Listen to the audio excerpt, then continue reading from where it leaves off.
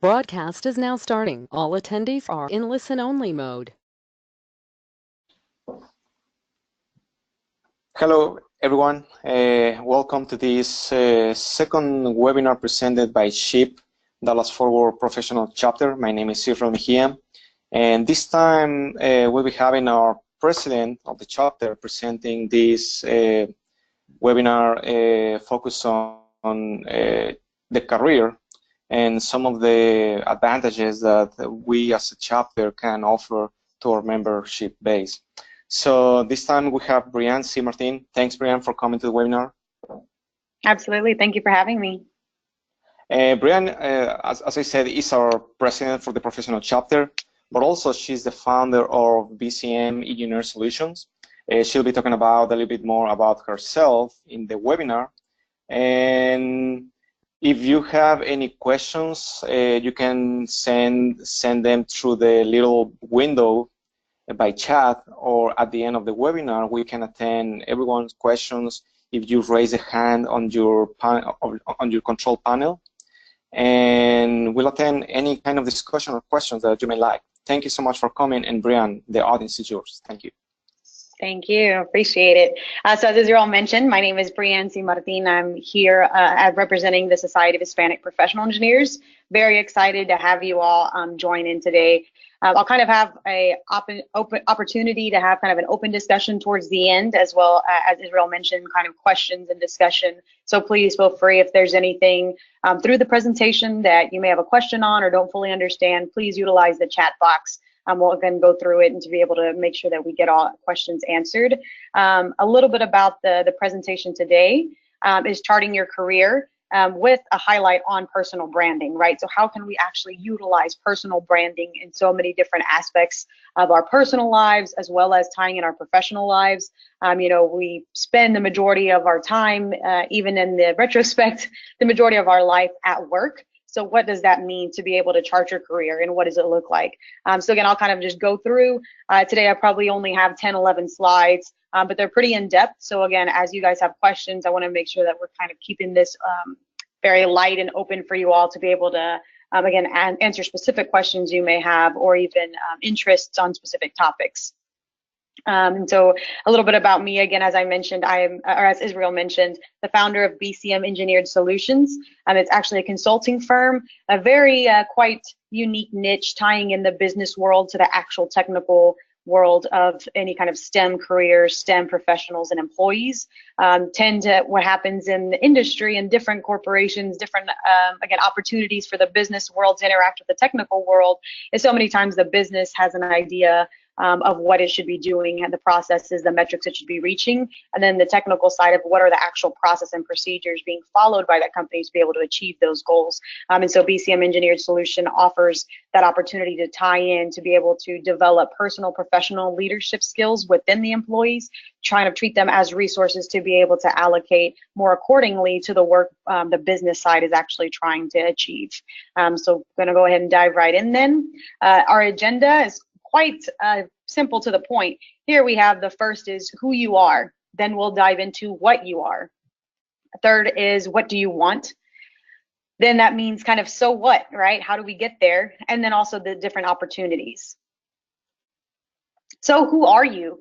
I even say it with an exclamation and even a question mark, right? Is what does that self-awareness look like? Nowadays, emotional intelligence is this kind of hot topic.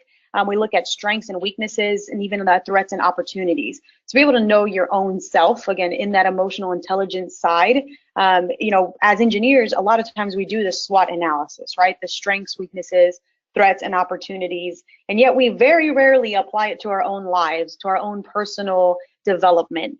And so again, if you're very well aware of your strengths as well as your weaknesses, you're able to play on your strengths and utilize that, as well as be able to fill those gaps with your weaknesses with maybe different resources, different opportunities.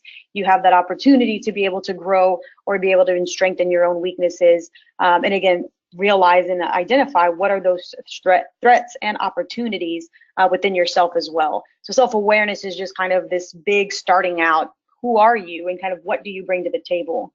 And then second, even diving a little more into that is, you know, how many of us actually do a self-assessment?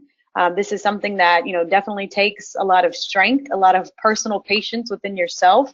Not many of us want to be able to raise awareness to, where our shortcomings are or where we fall short. But it takes a real, again, kind of self-aware person to do self-assessments, to be able to sit back and review, again, what are your strengths, weaknesses, threats, and opportunities? What are the ways to improve?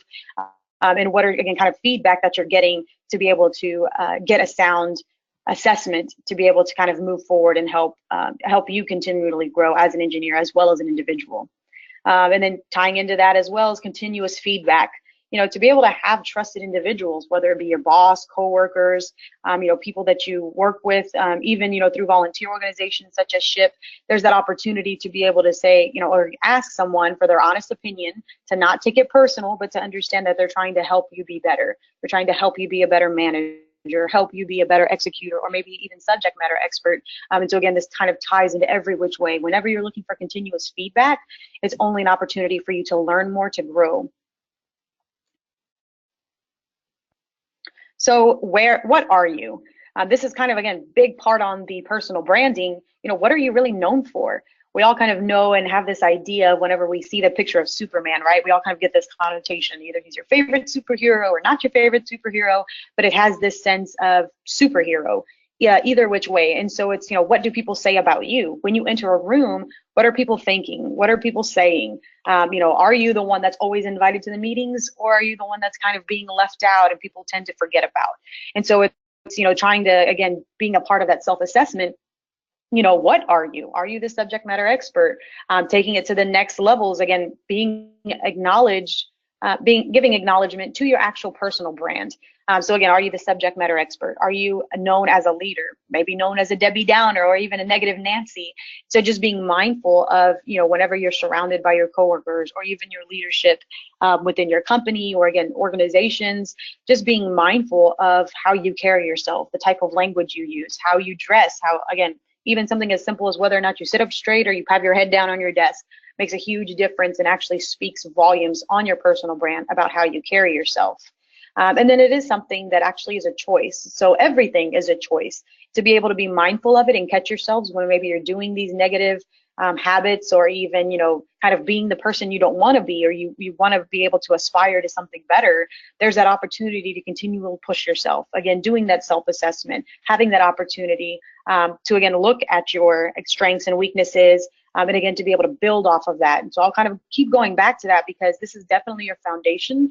Once you know who you are to your core, you can start working on what you are. You can start building that to be able to kind of get to the next tier, next level, and to continue to grow, again, from this foundation, because you already know, again, your personality type. Maybe kind of what makes you nervous or what makes you anxious about certain things. You can kind of work to support that, again, through that foundation of knowing yourself with emotional intelligence, and then actually working toward what you're looking for. And so my last point is actually, you're only limited by your own creativity and innovation. As engineers, or any kind of STEMmer professional, really, you have that opportunity to be able to recreate yourself. Again, you're only limited by what you feel, you're capable of. And so if you're continually pushing yourself outside your comfort zone, taking on new challenges, you will continue to grow as an individual as well as an engineer. And again, there's just that opportunity for you to become kind of what you're looking to become. So the next part is, what do you want? So really, what do you want to become? Do you have a 5, 10, 15, 20-year plan?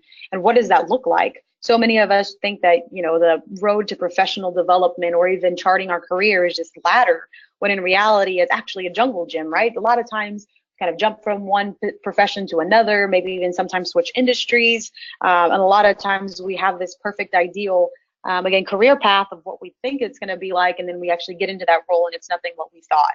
And so, as for students, most of your mentors will highly encourage you to get an internship, to have some kind of summer program that you're involved in, or even an opportunity to shadow other professionals, because again, everything looks really great and interesting on paper until you actually start doing it. Then again, it kind of falls into what type of person are you? Are you a designer to sit at your desk? Are you the type of person to deal a lot with people? And so again, having that 5, 10, 15-year plan based on the foundations of what you know, what you've learned through your experience, and then being able to have an actual, again, charting it. Where are you getting this? What are you shooting for? So the next is actual goals, creating those goals for yourself. And again, almost benchmarking yourself. How are you going, to know whether or not you're successful at year 5? How are you going to know whether or not you're setting yourself up for success for year 10? And so again, what are you doing every day to reach these goals? So again, setting up a plan, setting up, again, almost the same way that we do for our engineering projects.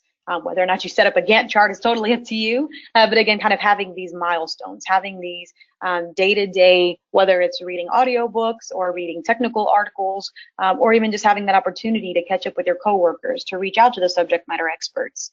And so then even the next step is, what does your calendar say about your priorities? What are you doing in your free time? Is your free time helping support you live a wonderful, healthy life? Is it supporting your goals of what you're looking to achieve at year 10, 15? And so again, kind of what are you doing with your free time? And is it really supporting the kind of lifestyle you want to have in your future? And so then lastly, what do you do the majority of your day? Do you actually enjoy what you do? Are you miserable? It makes a huge difference to be able to wake up in the morning and actually be excited to go to work, versus being having a negative connotation about going to work. You're never really going to want to work on your career if there's nothing really there pushing you, if there's nothing really to wake up to and be excited about. And so again, to tie back into that emotional intelligence, knowing yourself, as well as, again, second, the personal brand. People can tell whether or not you enjoy what you're doing, whether or not you feel authentic. And so being able to have that opportunity to look back in retrospect, again, having that self-assessment, looking at what you're shooting for, what you'd like to be. And so again, so many people say, you dress for the job you want, not for the job you have. But if you're miserable and you're really not enjoying what you're doing, you're not going to wake up, with these priorities in mind. So again, just to be mindful of this throughout your day. How does your day look? Look back at your calendar and what do you actually have scheduled? And again, just to be mindful of, really enjoy, the life we have. So being mindful of, what you enjoy doing. So again, tying it back to your strengths versus your weaknesses, and how can you actually do more of that in your everyday jobs? So what? What happens if you don't meet your goals? Is there any way for you to hold yourself accountable? Is there anything, keeping you? Do you have any kinds of incentives for yourself? Any kind of punishment plan? And so even that, who all is invested? Yes, it's you and your future self, but do you have a family? Are your siblings dependent on that? Are you looking to have, again, a specific type of lifestyle? And if you continue to kind of run yourself in this circle of not progressing, of not moving forward, again, what does that look like, again, at year 5, 10, 15, 20? Would you like to retire at, year 30 or even 40? And so you kind of, again, have to set yourself up for career. And so being able to look at that, your career-wise is, again, a longevity game. But what does that mean for your life? Maybe it's sacrificing, going out on weekends now to be able to get a raise sooner, or be able to develop you as a professional, going to professional development events, networking, building, again, that opportunity to learn from different resources, developing yourself. Something I personally do actually is, listening to audiobooks. I have a commute every morning, and something as simple as, just changing from listening to the radio for 30, 35 minutes in the morning, I'm actually have that opportunity to develop myself with a resource that takes the same amount of time. I'm still sitting in my car. It's not really doing anything that different, but that's an opportunity that I saw to be able to take advantage of, to get further ahead, again, to push myself along these goals that I have for myself. And so even, lastly is maybe finding yourself an opportunity, or finding yourself a personal board of directors. Many of you guys don't really know the difference between sponsors, mentors, or advocates, and so many different entry-level STEM professionals don't as well. So having a sponsor as someone, who's looking out for you, who's kind of supporting you, but can be there to kind of be, your reference, to be kind of that, soundboard, if you will. And then your mentor is just someone who's, definitely invested in you, looking out for you. In each one of these, you almost have to have your own initial vibe with them. So a lot of times is people will just go around and ask for mentors. Oh, would you be willing to be my mentor, willing to be my sponsor? And they kind of think, oh, I just meet with them quarterly and that's kind of a thing. When in reality, it should be this more natural support system, if you will. They believe in you. There's almost kind of like this double-edged sword of benefit happening. So it should be a mutual beneficial relationship. they should, feel almost naturally inclined to support you, to help you. A lot of times they, mentors or sponsors, even advocates will say, I see myself in you. I want to be a part of that. I see you going places. I believe in you. I can invest in you. And so again, making sure that you have a sponsor, a mentor, and an advocate. So even that, as an advocate, someone who will, raise your name, or speak on your behalf and kind of say nothing but good things about you and say, I've seen this work ethic. I can, vouch for this person. And so again, being able to have someone speak for you when you're not in the room and kind of throw your name in the hat with a good connotation to kind of help, again, with that own personal brand of yourself, but kind of serving, again, think of it as your personal board of directors. So each one kind of serves its own entity, but at the same time, collectively together, they're wholeheartedly supporting you to continue you moving forward, again, in your career, in your life, in your kind of professional development. So the opportunity, it's quite simple. Just utilize what's right in front of you. I gave you an example, again, as something as simple as an audiobook. There's all kinds of opportunities, especially nowadays with YouTube. There's all kinds of videos, TED Talks, any kind of resource you can get your hands on, particularly if you're interested in some kind of technical or becoming a subject matter expert. There's an opportunity for you to join a technical organization, or even reach out to your SHPE chapters and ask, hey, I'd like to learn more about this. I don't even know where to start. Help me out. Again, even within your network. Especially because with the SHPE, the Society of Hispanic Professional Engineers, we have over 10,000 members. If you're interested in a different type of industry or something that's not even in your area where you live or in your region, there's an opportunity for you to expand your knowledge simply by, reaching out and, again, growing your network, utilizing that network that you already have. It's something simple too as well is your annual reviews. A lot of industries or even engineers really don't take this serious because they feel like their management doesn't take it serious. But there's a real opportunity to kind of tie back to that self-assessment. If you to kind of take the initiative of your 30, 60, 90-day review and even do it maybe on yourself. Every quarter, do a 30, 60, 90-day review of, I feel like I should be doing this for whatever reason. I'm kind of at grade B versus where I feel I should be, an F. And so how do you fill that gap? And kind of, again, treat it like an engineering problem. Take, steps to be able to improve it. Take it to the next level to challenge yourself and kind of review what resources you have, what obstacles are keeping you from achieving where you feel you should be. And so again, charting out that 5-10-year plan. What does that look like? What type of title do you want to have? What type of position? What type of responsibilities?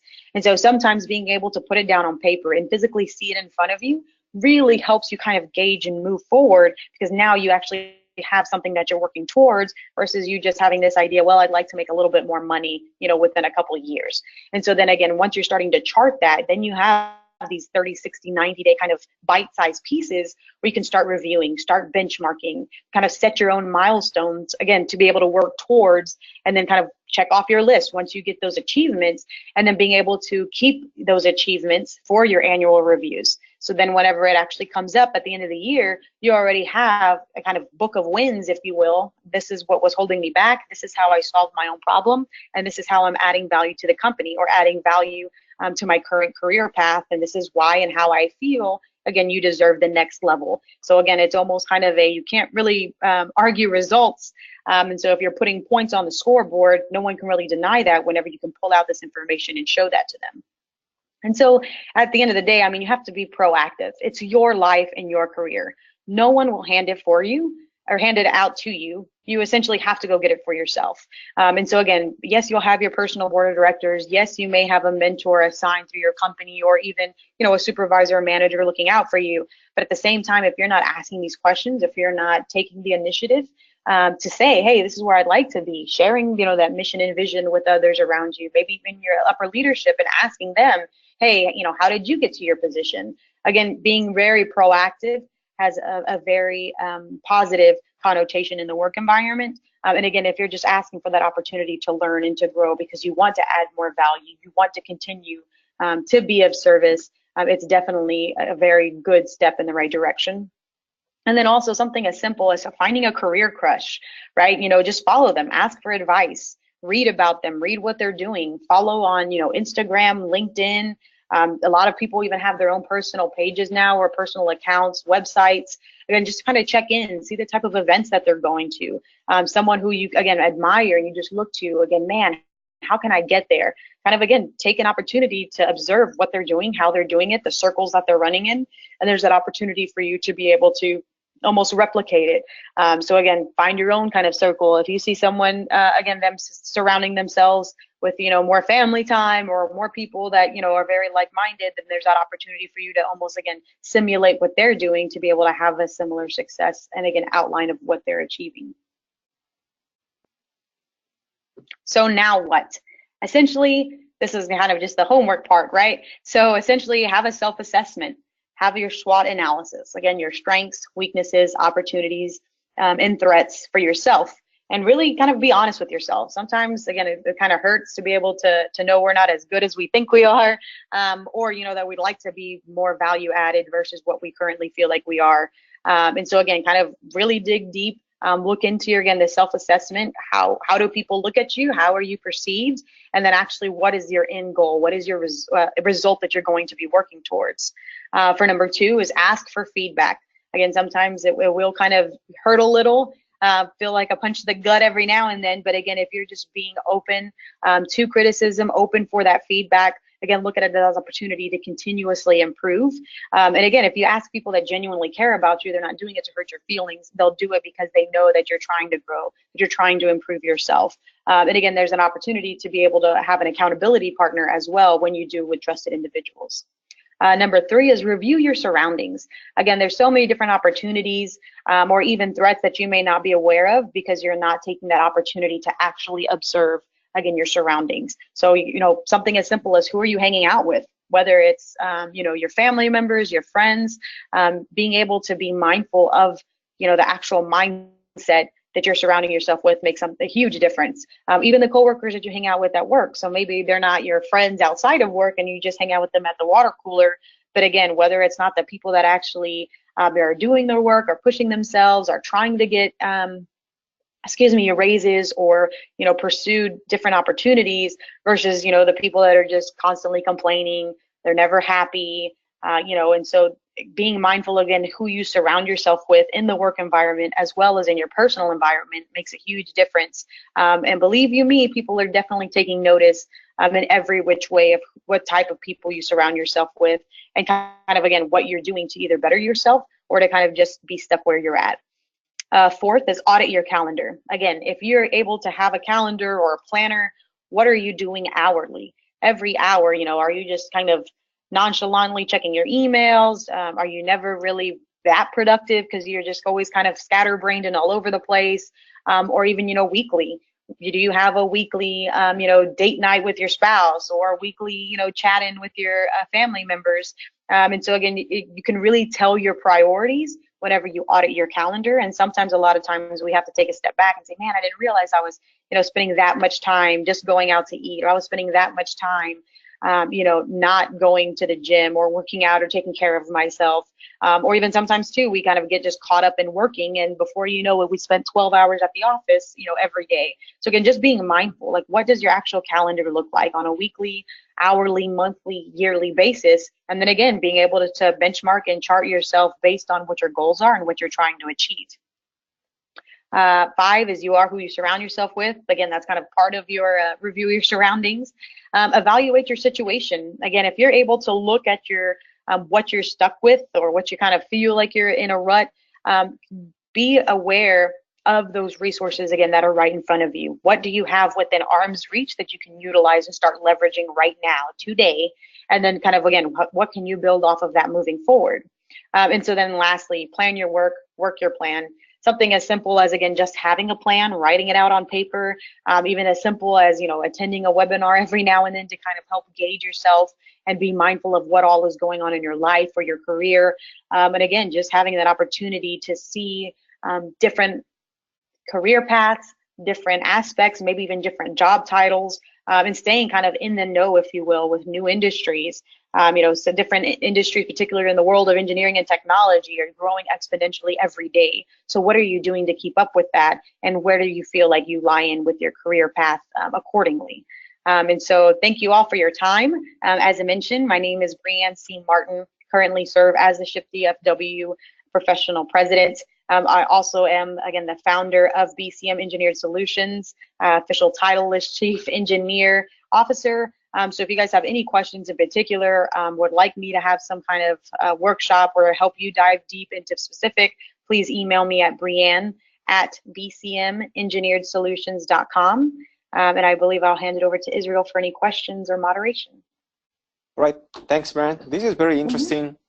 I think this is important for our young professionals in the sense that you're saying that you have to work it out yourself. Nobody's gonna come and hand it to you. I think this is a very important statement, just to say that you want something, you need to work for it, basically. Absolutely. So if you guys have any questions from the audience, please send your questions via chat. Or if you want to ask your question directly through Brianne, please press the little hand on your control panel, and then we'll open the microphone for you.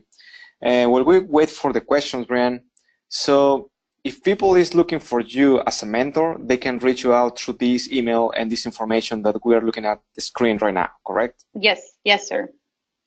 And whenever you, as a founder and chief engineer officer for this company, when you hire young engineers, what are the main skills that you look for in these people? Yeah, so one essentially is, quite honestly, just attitude. You know, I'm actually an athlete myself growing up, so you can train anyone the skills needed to be able to be successful in whatever role. And so, you know, so many times I'll tell engineers or even just STEM professionals is essentially we're just trained to learn. So if you have a good attitude and you're a trained learner, there's nothing that's keeping you from being successful in any industry, in any role. A lot of times too is, you know, I've taken on roles where I wasn't really, you know, fully qualified for, but just having an opportunity to have that attitude and willingness to learn, willingness to grow, and to put in the work to be able to grow myself. And that's something, you know, across the board, every recruiter, every hiring manager is looking for, someone to come in with a good attitude, an opportunity to learn, and a willingness to grow. And it's important that you didn't mention the actual technical knowledge that people can offer, right? So this is your first priority, the attitude that they can show to you? Yes, absolutely. Because again, you know, having your degree shows that you have, you know, a foundation of understanding of your technical background. And so again, having that opportunity to support you and invest in you, again, we'll have that opportunity, those resources, or even the funds to be able to support you to get more technically sound in whatever you need. Again, you know, there's so many different opportunities for training or development, but I can, again, train you up for, you know, whatever technical path or even direction I'm looking to gain you. And again, this is more kind of like entry level, because then once you kind of get more specialized, once you gain more education, then that's kind of what you're looking for. You kind of hire in for that role because that's your specialization. Okay, and that leads me to my next question, which is, advancing your professional career, what other skills you try to find in these engineers? Yeah, one, as I mentioned before, is, you know, someone that's actually taking initiative of their career. So even if they aren't in the role that, you know, is their ideal end all be all job, someone that's, you know, taking chances, someone that's taking risks, that again is taking the initiative to be proactive. So again, something as simple as saying that they, you know, attend webinars every now and then, or that they're a member of a technical organization, or even a social organization to kind of stay plugged in with, you know, the world of engineering or the world of technology. It again shows that they're very interested in their role and their job, and that they care about the industry. So they want to stay up to par. And again, that kind of shows that they're almost cream of the crop. They're doing the things that, you know, everybody else doesn't have time for, and that everyone else, you know, would rather be out enjoying themselves.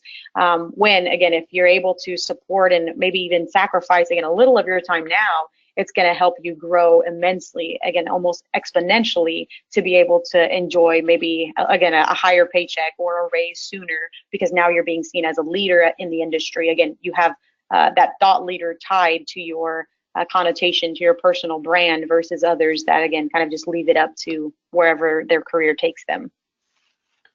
Perfect. This is great. This is good information for our young professionals. We have a couple of questions from the audience. The first one, we're going to open the microphone for Miguel Angeles. Okay, Miguel, you're on. Okay, can you guys hear me? Yes, Sir. we can hear you. Okay. Okay. First, I want to say thank you for doing this. This is really amazing. I learned a lot. I have a couple questions, but I'll just say the most important one. But so tomorrow I have an interview for an internship, and I've been like really discouraged about two things. So one of the main things is the distance from my home. So I live really far in Fort Worth, and the company is located in Plano. So of course I get like, car anxiety or driving anxiety. So that's one of the main things that's discouraging me from that. And also I feel like the experience I have. So I met them at the career fair, and they're really happy because I did a former internship that kind of relies on the same thing the company does. But the thing is, I feel like I saw the job description and I feel like I'm not qualified. So I was just wondering, how can I sell myself in that position where I can, hopefully get that internship or, have a good standing with the company? Yeah, so one, like you were saying, is if it is kind of a out of your comfort zone, to me, that's almost like you're in the right position. Because if you're very comfortable, and again, let's just something out up the street, then, what are you really pushing yourself to? So kudos on even just continue, agreeing to the interview. But I would challenge you to say, this is definitely, car anxiety is a part of it. I personally commute 35 minutes a day, if not 45 or an hour. But it's quite honestly like for the job of my dreams. And I didn't know that going in. But just the more we kind of push ourselves out there, again, there's so many rewards outside of our comfort zone, but we'll obviously never know if we're just, stuck safe within our little bubble, something that's, close by, something that's within, our 20-mile radius, if you will. So there's that opportunity for you to kind of push yourself outside your comfort zone. And again, pick up a new hobby, like I was mentioning, something as simple as reading or, having an opportunity to call your family members, on your way home every day. And again, just being aware of those opportunities, one, with that commute. And then two, if you feel like you're not qualified, one, I would say if they brought you in for the interview, they personally believed that there was something in you that, again, that they can invest in. So if there's at least something that they feel they can build, you definitely have the foundation for them to kind of start building off of that. So again, if you already don't feel qualified, I would say look into, the things that they responded to well at the career fair, maybe something that you mentioned, and then even take an opportunity to review those qualifications that you feel fall short, and almost, again, be proactive. Say, I feel like these are the things I need to learn in. And I, looked up, let's just say, for example, it was something with tooling, right? I'm a mechanical engineer. So you said, I looked up that there's a society of tooling engineers that I would like to learn from, or I'd like to join that club. So I, because I feel like that's not my strong suit, I want to be the best employee that you guys have. I want to stay up to date with the kind of technology or the kind of tooling that, again, the industry leaders are being up to. So I bring that to the table. So you can use that opportunity to say, I'm being proactive. I don't want you to worry that this may be a weakness or a downfall that I have. I'm well aware of it, and I'm taking into action to be able to make that my strength, or again, be able to support that weakness that you feel you may have. Thank you. You're welcome. Thank you, Miguel. Brianne, we have another question via chat. Okay. The question goes, hello, this is John, Big John. How do you become a good and successful mentor-mentee? Sure. So one, again, it's very natural. And so it was funny because something came up recently where I was telling someone, their question was, get a little story time was, whenever I hand someone my resume, how do I get them to not read the resume and listen to me? I'm trying to give them my elevator pitch and they're just not paying attention to me. And I said, man, that's really funny. When you go to Starbucks, you don't just hand someone $1 and then while they're trying to open the register, you start telling them what you want, right? You have that opportunity to engage with them. First, it's, hey, how are you? Or, are you interested in this today? No, not really. I'm kind of looking for this. And so it's just funny because we get so tied up in the technical details of, I hand you my resume, I'm at a career fair, we miss the people part of it. And so the mentor and mentee, dynamic is very similar, right? You just be like, oh, I like, again, have this career crush on you, right? I think you're doing cool things. I want to do what you do. You just go up to them and you're like, hey, can you mentor me? Well, how do you know that they're the right person to even mentor you? There's, so many different people out in the world with that job, with that title. Maybe they even started differently. They have a different personality. So if you're asking, an extrovert and you're an introvert, hey, how do you, get noticed? And they say, oh, I just talk in every meeting. Well, that's a little difficult for an introvert to do, if you're not comfortable with that. And so again, you have to be able to tie in the personal skills and the personal relationship, because it really is an investment. You can't really ask someone to be your mentor if they're not fully invested in you. And maybe they'll do it out of kindness or, to not be rude, but at the end of the day, like, they're not going to really care versus someone who's, again, wholeheartedly believes in you and supports you. So having that personal investment, that personal relationship first and foremost, and it's almost kind of natural. Again, once you kind of click with someone, you can kind of tell that they care about you, that they'll check in with you every now and then. And again, even that, someone who holds you accountable and isn't going to let you slack either. So sometimes there is that mentorship and menteeship that just, again, kind of happens naturally, and people don't give it the credit or even investment that it deserves. So I would say, again, just be aware of the resources or even the people around you that have that opportunity to mentor you. And then almost, again, the less you have to ask them to be a mentor, the better. The more you just kind of ask for advice freely and openly, again, almost like person to person, or even say, hey, I'm interested in that kind of role that you have, or how did you get there? Just, again, surrounding yourself with those opportunities and being mindful of, again, having that opportunity to be a resource for someone that probably is already in your pocket. Perfect. This is good. And Brianne, one more question. You mentioned that on your way home and on your way to work, you normally, or you recommend listening to some audiobooks or some podcasts. Could you recommend one or two books for the audience that kind of put us in the right direction to get to know all these traits for young engineers? Sure. So the first one actually that I just finished maybe a couple weeks ago was called Growth Mindset, The New Psychology for Success. And that was a really good book because it actually, again, talks about how we view everyday life. Do we look at it as opportunities, or do we play the victim card? And it kind of ties into the personality types, but also tying into the strengths and weaknesses, and how, whatever environment we're in or whatever mindset shift that we kind of take and choose every day will end up, when you wake up and, you stub your toe, are you like, man, this is going to be such a horrible day? Or do you wake up, stub your toe, and say, man, you know what? I'm so grateful I have a foot to stub, right? And so there's this kind of path that you can choose. And that book kind of goes a lot more into detail about the psychology of, again, a growth mindset versus a fixed mindset. And then second, right now I'm actually reading a book by Dale Carnegie, which is How to Influence People. And so it's broken up into different, sections, different opportunities. But Dale Carnegie is, kind of a legend for professional development. And so it's, takes you down the path of, if we take an opportunity to, kind of pause on our own life and be more mindful and empathetic to others, kind of thinking where they're coming from, their, state of mind, being mindful of, again, their personality and the way that they work.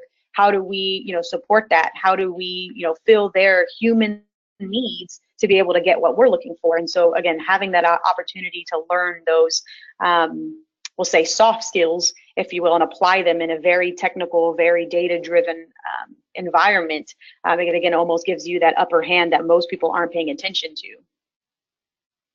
Great. Perfect, Brianne. Just the last thing, just remind us where we can find you, please. Sure. So again, my name is Brianne C. Martin. Feel free to Google me. I usually come up. My personal website is actually briannecmartin.com. So if there's anything in particular about me, my life, my story you're interested in, please feel free to look me up. It also has all my social media handles on that personal website. Again, BCM Engineered Solutions is my consulting firm. Again, we're kind of still in the startup phase, but this is definitely the niche. We want to support people. We want to treat people as a resource to be able to invest and teach them how to develop, again, personally, professionally, and leadership to be, again, technical leaders to kind of help companies continue to grow and build on the foundation that they've started to being a good company to kind of create that most efficient, effective a culture to be able to kind of take it to the next level. So again, please feel free to email me at brianne@bcmengineeredsolutions.com. I'm more than happy to help in any which way I can. And if I can't personally mentor you or help you, I'm definitely looking forward to be able to help create those connections or resources to make sure that you guys are successful or to help in any way that I can. Brianne, thank you so much for this wonderful presentation. Thanks for Absolutely. coming, and we'll be very happy to have you for some upcoming webinars if you can keep teaching us these kind of traits that are very necessary for our young professionals.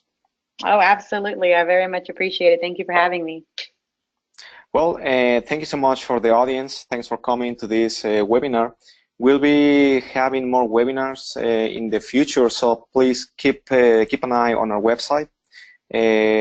Our website for the professional chapter is SHPE-DFW.org.